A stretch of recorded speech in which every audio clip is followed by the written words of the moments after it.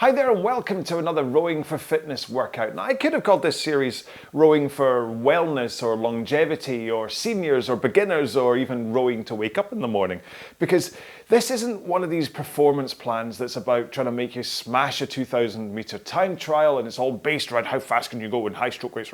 It's really just a gentle way to keep fit on the rowing machine. Maybe you bought this for that purpose and you're not really interested in becoming a proper Olympic rower, okay? So that's what this series is about and I do hope you enjoy it. Today's workout is going to be 18 minutes long. So how we're going to do it is we're going to do a 9-minute warm-up, 18-minute workout, and it's going to be a nice gentle one. Don't worry, it's going to go a little bit up and downy, but it's not going to be hard, all right? Then we're going to do a 2-minute cool down and then a bunch of stretching at the end. So it's going to be, I don't know, probably just nudging over 40 minutes worth of time we'll spend on the machine today, as long as I can stop talking, all right? So let's get on with that 9-minute warm-up. And to do that, we have to set up our machine. There's two things really I want you to look at. The first is the foot stretchers, foot plate height. If you can adjust them, what I want you to look for is a point where you're able to come into the front of the machine with your shins in a vertical position. And what kind of tends to happen is that people set their feet too high with the straps covering the bridge of their foot or the arch of their foot. And that way it kind of restricts them when they come forwards and that makes it uncomfortable. The backside can go scooting away and it just makes it a less enjoyable row. If you can get your feet to a position where the strap covers the balls of your feet instead, that's a much better position to give you that flexibility to come into the front, and it's going to allow your body to be nice and open. So do take a look at your foot placement, because I say this and people are still rowing with their feet dead high in the foot plates. Anyway, next up, let's move on to resistance. And I want you to set the resistance on whatever machine you are using, right down at the very bottom. It will allow you to set it to. Okay, so on my Avaron, I have it set to 1. If I was using my Concept 2 with the Avaron app, I'd have to leave it all the way down at the bottom, because that way it's not going to tax your body. You're not going to be like, oh, I'm starting to get a little bit sore and muscle use, especially when it comes to the warm-up. For the main workout later, you can bump it up a bit if you want, but for the warm-up, I want an absolute minimum resistance that you can achieve on your machine, all right? So we'll get into our 9-minute warm-up and we'll start off for 30 seconds just by sliding up and down the rail, no handle action at all, okay? So let's get ready to go in 5, 4, 3, 2, 1. Let's go. So this is all I mean, is just rocking up and down, sliding backwards and forwards, this is just getting your knees pumping really, as you kind of slide into the front. Don't worry too much about how far you're sliding forwards. Don't worry too much about the pace you're doing at. This 30 seconds is really just about getting your knees moving and making sure that your body's going to go, all right, I'm not just sitting down watching television anymore, I'm actually doing something. What's going to happen next? What's going to happen next is we're going to hold on to the seat. Watch your fingers here, I don't want you to roll over them, but hold on to the seat and sit up. Now I don't want you to be forcing against your hands on the seat, but your hands there kind of give you like a parameter to sit up against, and this should activate your lower back. You'll feel it just going to go, all right, here I am. Partly because you're like bolt upright as you're sliding up and down. But don't worry, we're going to change this in kind of just over 5 seconds time. We'll get your lower back now pumping. Because what I want you to do is to be your arms out straight in front of you and continue rolling up and down. Now, your stroke rate or your slide rate will have slowed down by doing this because you've got this extra momentum to take care of. But that extra momentum should mean that you're naturally, as you come forwards, tilting into the front of the machine. As you slide in, you got a little tilt in. And that's a really important part of your rowing stroke, is that you have this forwards tilt over your hips as you come into the front of the machine. And now we're going to pretend we're rowing. Yay! It's like we're back at kindergarten, back in nursery, pretending we're rowing. Sing a little song while you're doing it. If you want to look daft at the gym doing this, or if you want to look daft at doing this in the gym, just start singing. Then people they'll stay away from you. If you get bothered on the rowing machine, people coming over and talking to you all the time, just start singing. People will stay away, trust me. Okay, do one more ghost stroke and then pick up the handle. And I want you to really just continue doing what you were just doing. The difference here is just you're holding onto the handle. So really, hardly any power here. All I want you to do is roll into the front, connect your feet to the foot plates, and then that should be enough to just get you moving backwards. And then you can get the feel for the handle biting into your machine at the same time your feet connect to the foot plates. And this, I mean, listen, when I talk about technique, pretty much every aspect I talk about is like, this is the most important. But when it comes to getting the power into the machine, really the key here is connecting your feet at exactly the same time the handle bites into the machine. And that's kind of a uniform way to get it in there. The reason I kind of say, oh, your uniform way, is because what I want you to do now is to push a tiny bit harder with your feet. Don't think about pulling with your arms. Just push a tiny bit harder. It's really just as though you were standing up. Like maybe you're down in a squat, you just picked something up off the ground and you're standing up. That's really the force you're looking for here.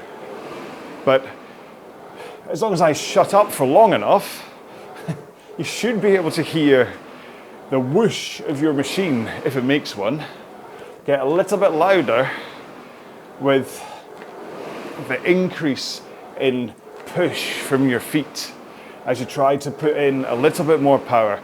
And you'll feel your arms bracing against the handle with a little bit more force as you push a little harder with your feet. Now what I want you to do is to try and find a point. You're not like pushing as hard as you can here. You're looking for an intensity where your breathing rate rises, your heart rate rises, but it still feels comfortable. Feels like you could do this for, well, let's say 18 minutes, as being that's the duration of our workout today.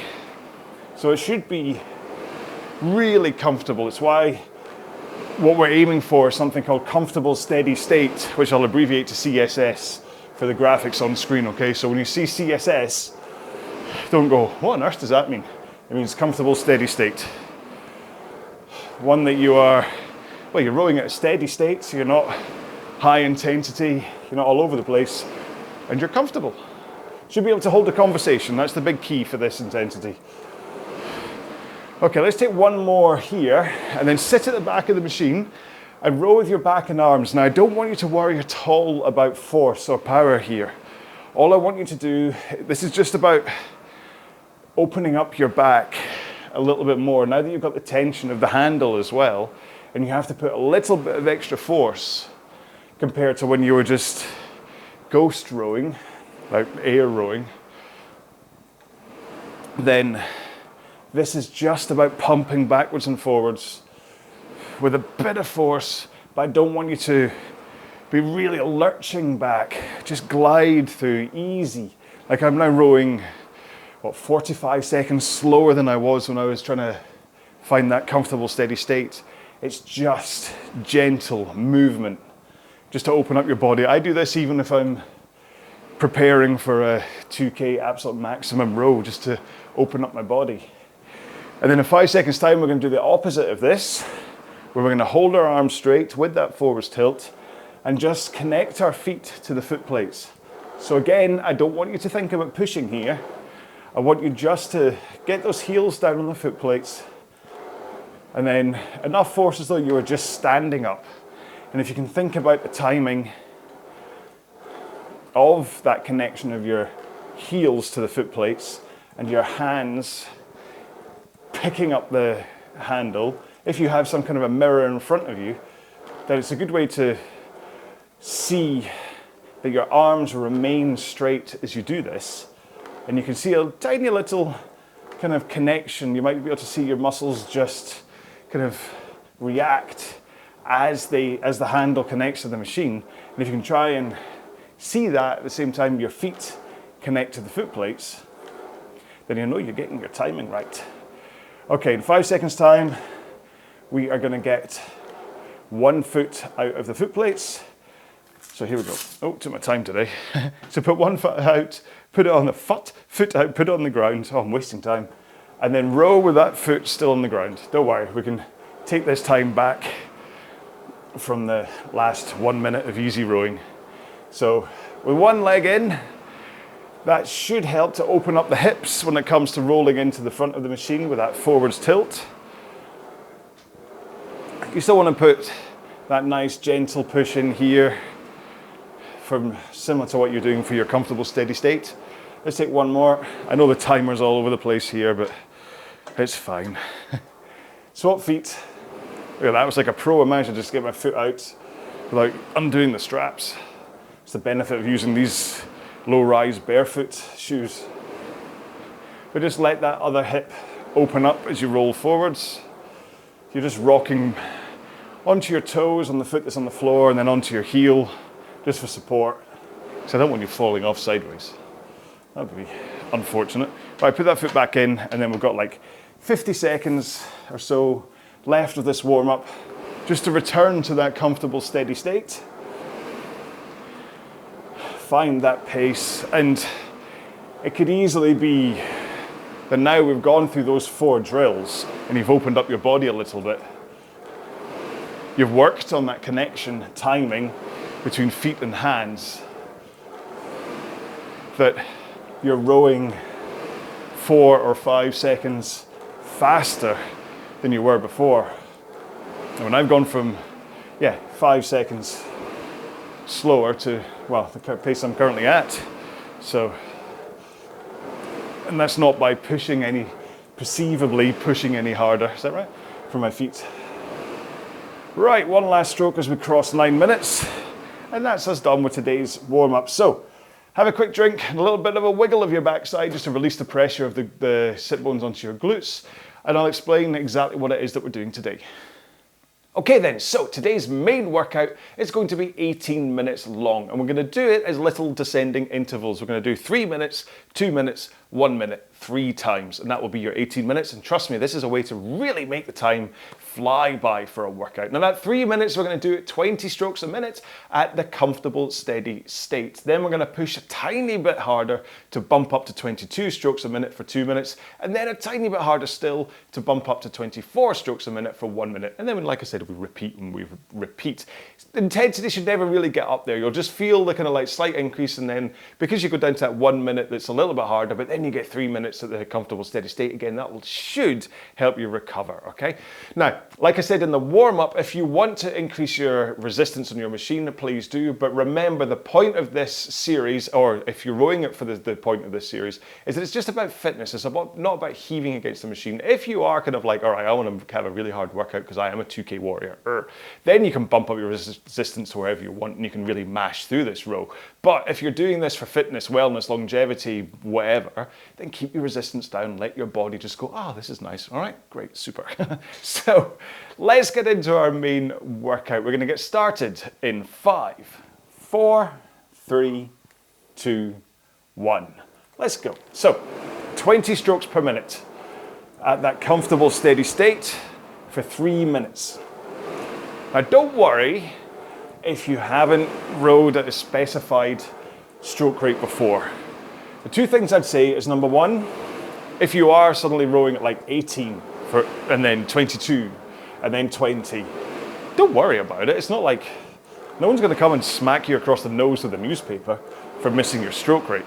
But 20 strokes a minute, the real value to this one in terms of stroke rates is that it's 1 stroke every 3 seconds.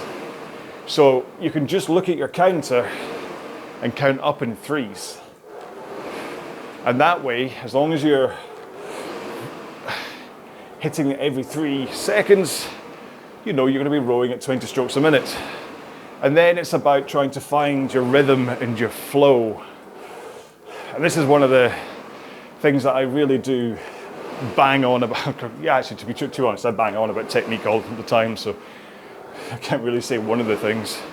But flow is a huge part of rowing, where you want to dance with the machine. You're pushing in the power with as much force as it takes for you to find your comfortable steady state, where you get that intensity up. Heart rate is around about 60% of maximum. That's what you're looking for if you have a heart rate monitor on. Your breathing rate should be harder, but you should be able to hold a conversation. Now, obviously I'm doing all the talking and you're not, but hopefully you'll get what I mean.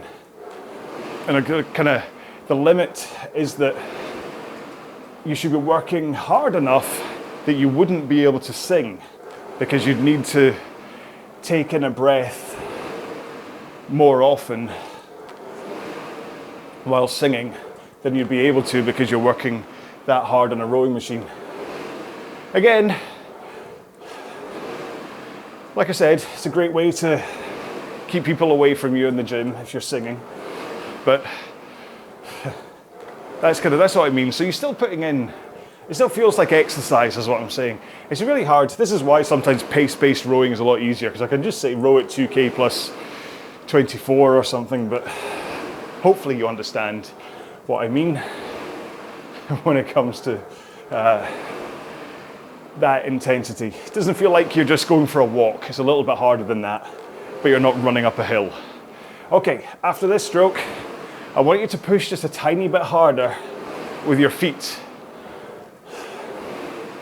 and recover just a little bit quicker as you slide forwards again. And this is where rhythm really does come into play, because 22 is just a tiny bit faster than 20. It's not like you are really increasing that push of the legs, and it's not like you're really racing forwards. It's just a tiny change. And so if you can find the rhythm to push your feet in, your arms come away again nice and smoothly after you pull in at the back, and you're in a good flow, then once you've found 22 strokes a minute, you should be able to hold it. It says he usually jumps up to 23. That was almost like the machine heard me and was like, haha, I'm going to tell you you're wrong. But with kind of this flow comes consistency, and then with consistency you're able to control the amount of intensity and effort that you're putting into the machine when you're rowing. And that way you can row for as long as you want. Once you get past things like the initial discomfort you get when you're rowing through your backside, just because it's a new sensation. Once you get to a point, that's okay. As long as you control your intensity, you should be able to row for a long, long time. Okay, 2 more strokes. Then we're going to push just a tiny bit harder still and go up to 24. Now again, you can look at the counter because it's 1 stroke every 2.5 seconds. And as long as you hit every time it says a 5 or a 0, you're a winner. No, sorry, it's a tombola joke. Yes, every time it hits a 5 or a 0, as long as you take a stroke then you should be rowing at 24 strokes a minute. And what I haven't talked about is actually looking at your speed. Just looking to see, as you're pushing harder and increasing stroke rate, are you rowing faster? But we can look at that in 10 seconds time as we drop back down to 20 strokes a minute and the comfortable steady state. So here we go, back down again. 1 stroke every 3 seconds. So that shouldn't really have taxed you in a really tough way. You'll have felt the intensity increase and you'll be like, oh, this now feels really comfortable compared to the 24. But again, the 24s that you were just rowing at shouldn't have felt like really, really hard work. Maybe going for the conversation scale, it just means you might have had to take a breath in between a sentence. Because the point is what I'm trying to say, I'll say one last thing about that. It's just, you're not meant to be rowing at an intensity where, in order to have a conversation with somebody, you'd be going, so Did you see the latest episode of something on TV last night? It's not meant to be like that, right? Notice how I use the word something. I was going to say Stranger Things, but I didn't want to date this. Oh, and I've just done it. Yeah, so even, I mean, listen, I've been doing this for a good few years now, rowing and talking at the same time, and I think I've maybe developed a bit of a superpower when it comes to rowing and talking, just in terms of breath control and stuff. So I'm not expecting you to sit down on a rowing machine and then bash out the soliloquy from Hamlet or something. What I'm saying is that if you were rowing side by side with someone, you could have that conversation, and you could easily say, did you see what was on television last night? It was a good episode, wasn't it? So you're a little bit out of breath still, but not so much that you're spitting it out word at a time. Right. And the last thing just to say for stroke rate, I know we're about to come to the close of this 3 minutes at 20 again, but if you are stuck, just follow me. I'm pretty much holding the right rates. Certainly 20 and 24, I'm holding okay. 22, I'll maybe be a little wobbly at first until I find my rhythm again, which after this stroke, we're going back up to. So push a bit harder with your feet, recover a little bit quicker. The thing is that you can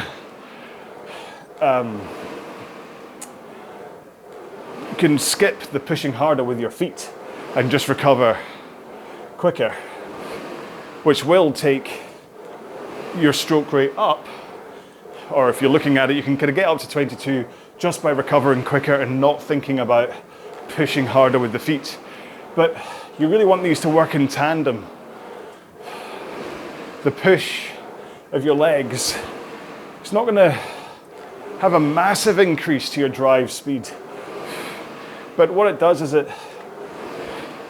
because it increases the brace against the handle, and everything just feels a tiny bit more forceful when it comes to releasing the handle again smoothly to start your recovery. Everything is just taking a tiny step up, and it helps you get your stroke rate up. It's all linked, like I say, it's all a flow, it's all a dance. And if you only increase 1/2 of your stroke, then your dance just gets kind of all over the place.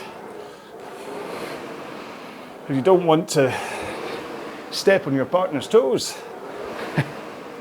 Oh, I'm filled with analogies today, aren't I? Between stepping on people's toes and singing in the gym. Right, let's take 2 more strokes, or 1 more, sorry. And let's get back up to 24. Or slightly out of time there. So back up to 24 strokes a minute. Push harder with the feet. And then recover slightly faster. And hopefully, you'll have heard me say enough times now, push harder with the feet. Because power generation in rowing is about the legs. Okay? It's not about pulling from the front. Your arms are just the conduit for power at the front.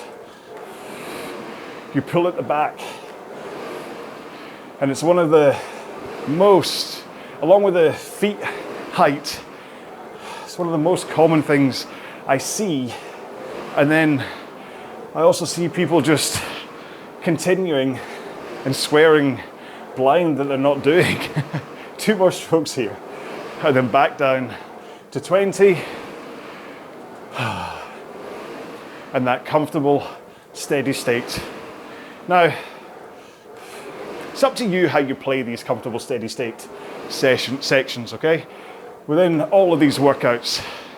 Because now that we're 12 minutes in, depending on your fitness levels, you may be starting to feel it, okay? It may be that 12 minutes is the longest you've ever rowed for without stopping and taking a break. In which case, I'm like, well done. I'm so pleased that I've managed to drag you kicking and screaming past the 12-minute point. But it could well be that as a result of this being new waters, you need to ease off quite a bit more than you did before in order for this to remain comfortable. And I think if you are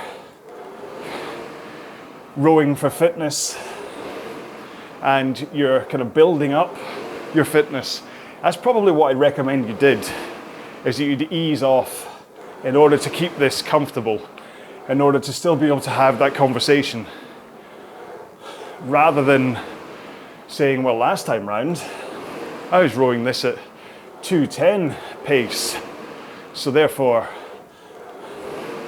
regardless of how I feel, I need to hit 2:10 pace. And that's where the performance plan stuff comes around, where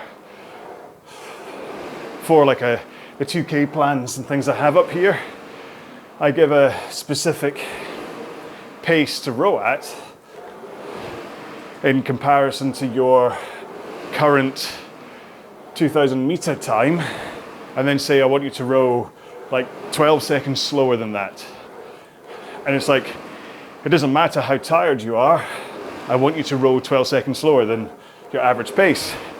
And that can, well, it does make you row faster, improves performance, but it can be take a real toll on your body. So that's why this series is just not about that. This is about you knowing your boundaries of which you're rowing in. At the same time, not just sitting here and just sliding up and down and putting in no effort. You're not getting out of breath, your heart rate isn't climbing, and yet you're fooling yourself into thinking you're exercising, because you're not. Okay, let's bump it up to 22. Push a tiny bit harder with the feet. And again, I'm not sitting there next to you to kind of go, nah, you think you're working hard enough? I don't think so. So you have to be honest. You have to make sure that if you are calling this your exercise for today, that you're actually exercising, that your heart rate has increased. In fact, if I just check, yeah. So my resting heart rate, well, when I wake up it's 37, but when I'm just like sitting at the desk working and things, it's about 44. My heart rate right now is 120.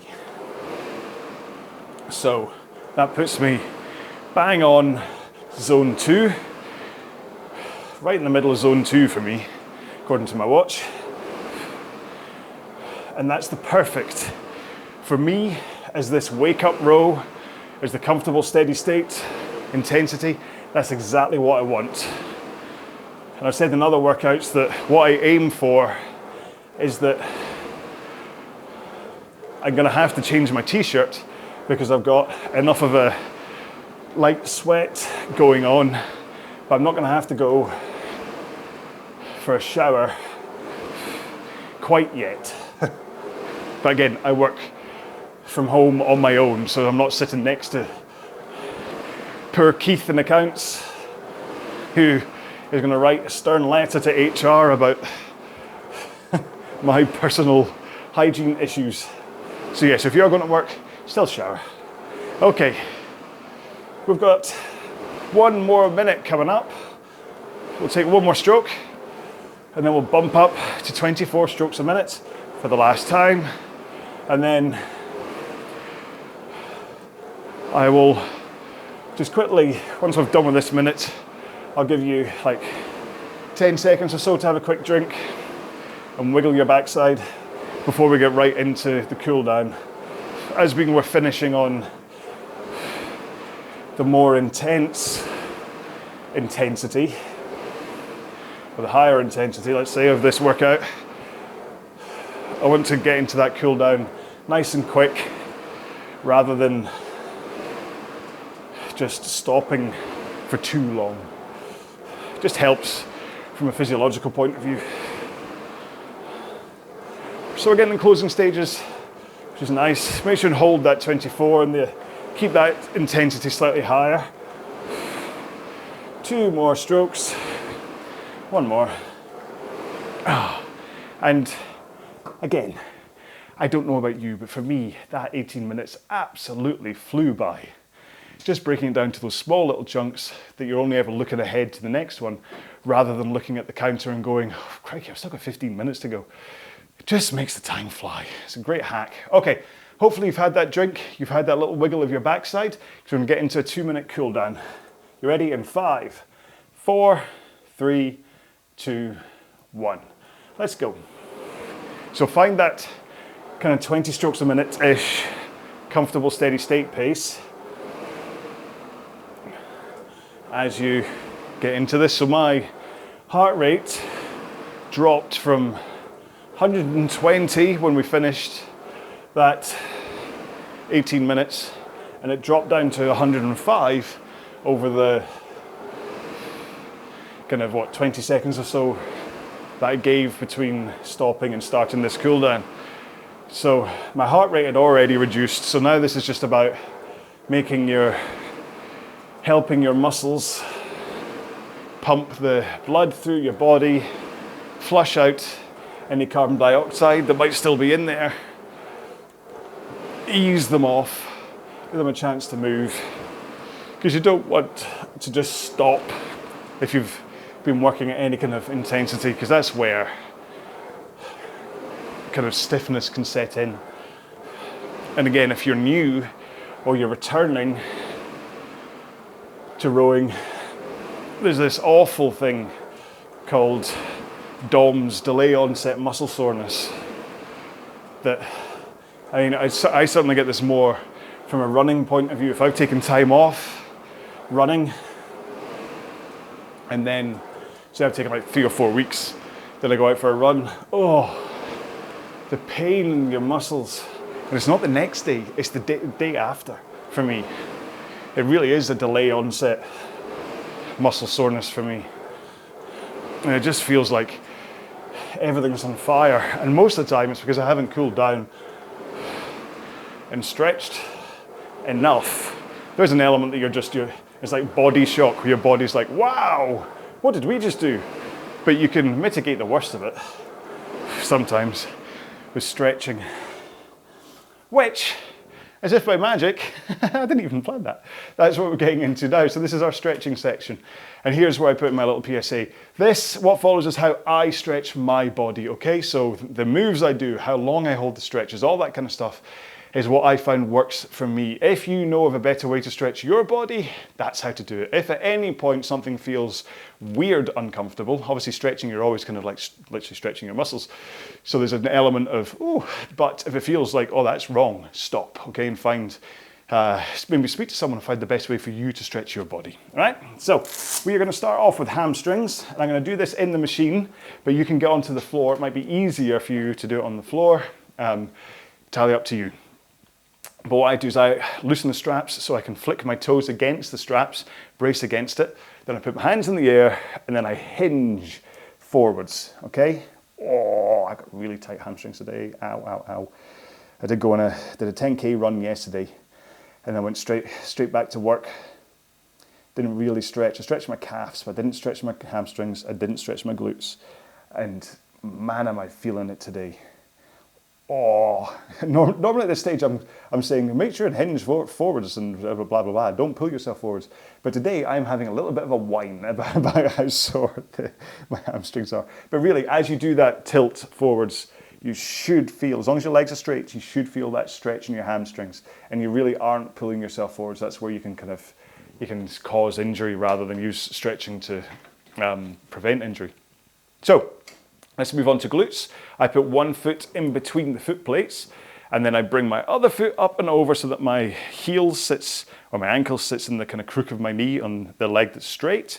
Bring that knee across my body so I have a straight line between my face, my knee, and my foot. Hold it in place with one arm, it's still straight. Grab onto the back of the seat or wherever you can, and then just rotate slightly. I was right about the glutes. Rotate slightly. Did you hear how I said the word slightly just then? Slightly. Rotate slightly round, and you should feel a really nice kind of glowing stretch kind of coming up from your glutes. Now the important thing here isn't really that kind of rotation into it, that triggers it, but it's making sure that this knee coming across your body is still within that straight line between your face, your knee, and your foot. If you release the tension on that knee, you can rotate as much as you want, but you're not going to get the stretch in your glutes. Let's move legs, which means you get to see the glory of the back of my head. So ankle into the crook of your knee, bring that knee across your body. I should really start with this leg, shouldn't I? Because then you'll see what I'm on about. Straight line between, yeah, you get it. And then hold it in place, and then rotate round. Oh.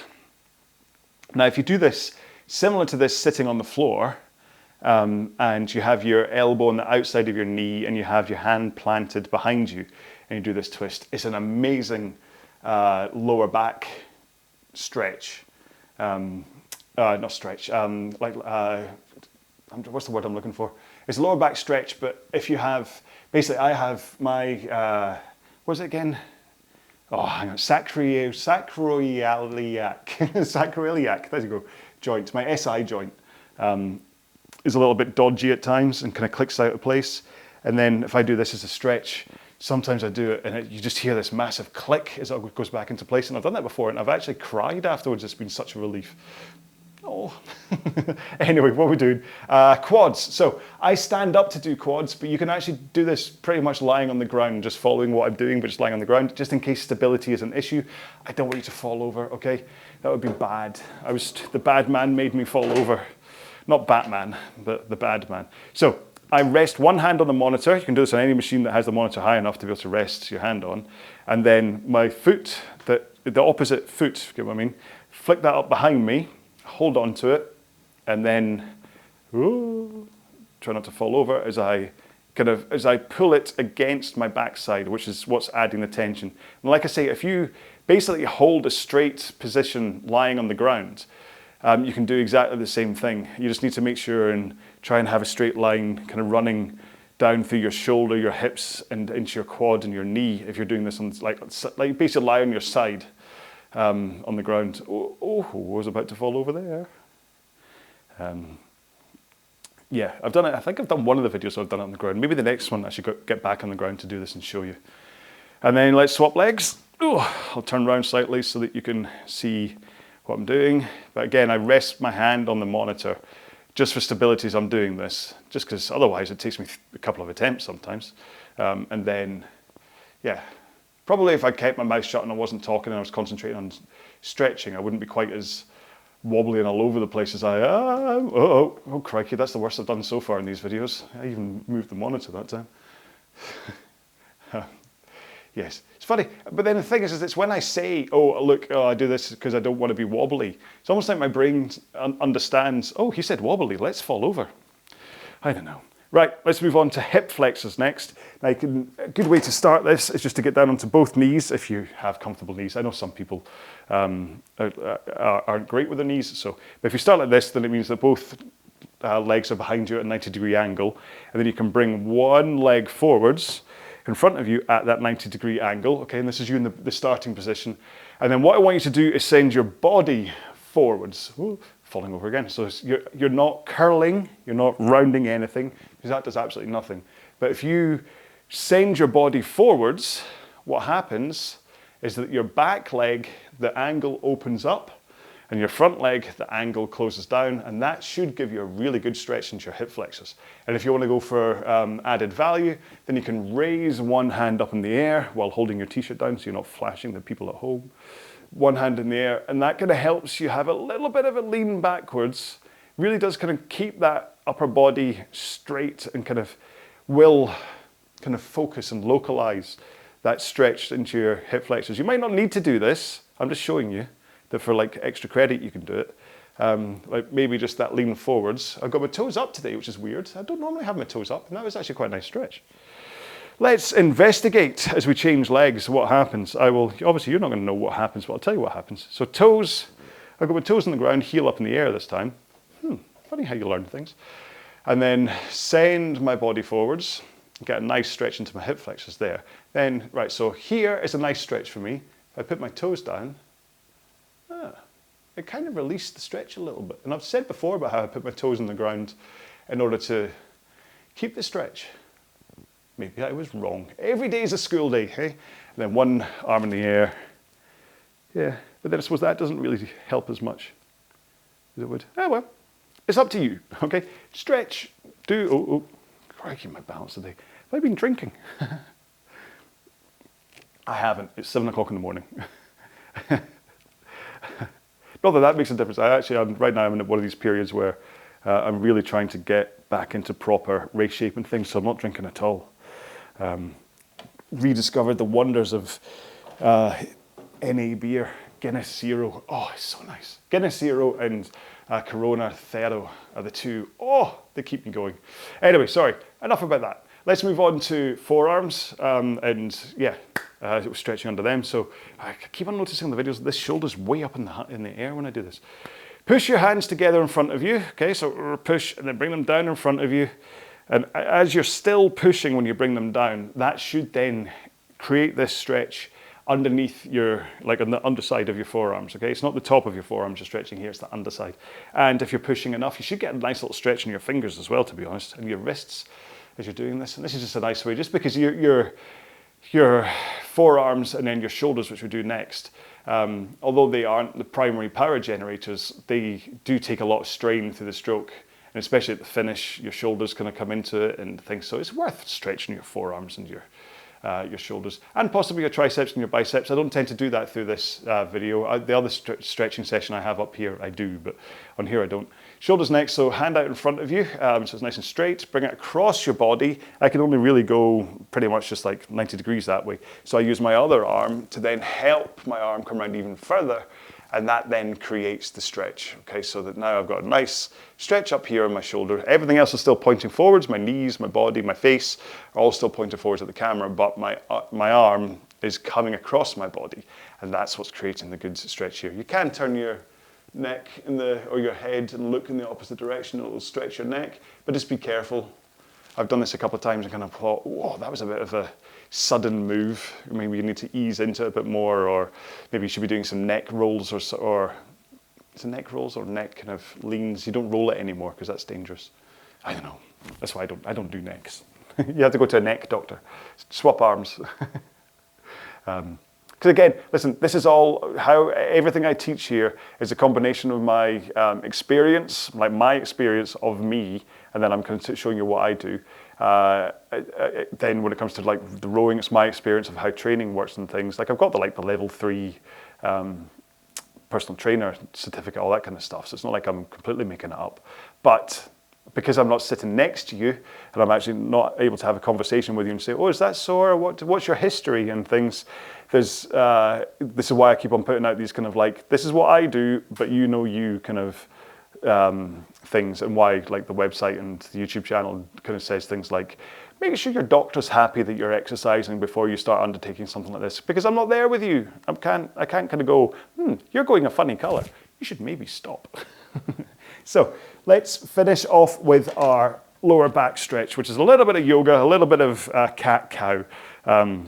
So knees on the ground, underneath your hips are stacked over your knees, hands on the floor underneath your shoulders, and then what we're going to do is we look up and then send our backside up in the air at the same time. That creates a nice curve to our to our back, which is, I have looked at the cows on the television screen of which the program I am editing, and they do have a curve to their back like this. And then tuck your hips under and in, and then tuck your chin into your chest so that you've got an upwards curve of your back. And then we're just gonna hold it for a couple of seconds in cow, hold for a couple of seconds in cat, and make sure when you go into cat that you're also kind of drawing in your stomach muscles as well, okay?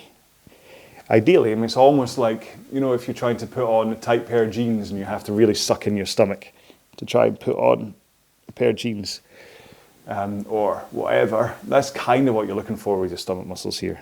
Just draw them in, bring your head down. Your hips kind of come forwards and tuck under as you do it. And this, because of that pumping action of your back hinging forwards and backwards and you're rowing, this can be a very useful stretch to do at the end, especially if you had any kind of discomfort at all. But of course, if you do have discomfort when you're rowing in your lower back, I'm all done. Chances are it's a posture thing. And I'll quickly, just really quickly, if you row kind of sat back with your hips, kind of everything's kind of rolled with your hips pointing backwards, as you're rowing, everything's going to be focused into your lower back this way. So this is why you want to sit up. See the difference there between like sitting there going, oh, I'm rowing, and then sitting up. As though it's like, oh, I've just been told to sit up at a dinner table. That's kind of what I say a lot. The difference between that and that in terms of your lower back comfort is huge. So if you do get discomfort in your lower back when you're rowing, do look at your posture. Just going to think, right, could I sit up? Just imagine you've been shouted at the dinner table. Sit up, John. Oh, okay. It's a great impression of my mum. Sit up, John. Hello. Right, I'm done. All right, thank you so much for joining me for this long one. I said it was going to be about 40 minutes long, and I obviously clearly lied to you. Sorry about that. I hope you enjoyed this one. Do check out the other videos in this series. It's a hodgepodge of different times to hopefully fit in with the day that's ahead of you. There's no real series in this in terms of it kind of like you follow a progression through it. It's just I'm making a variety of different rows, a variety of different durations that hopefully you'll kind of go, all right, today I want to row for 15 minutes. Let's try that one and stuff. Okay, so that's the point of this one. And I'm really hoping you're enjoying it. Get in touch, leave me a comment, send me a message, smoke signal or a pigeon or something, and let me know you're enjoying it, because yeah, it's a little bit something different for me, and I'd hate to think that I was putting it out there and everyone's like, it's a waste of your time. Could you get back to your 2K stuff, please? So, right, thank you so much for joining me in this one. I'll see you in a future video. Until then, row well, be well. Bye-bye.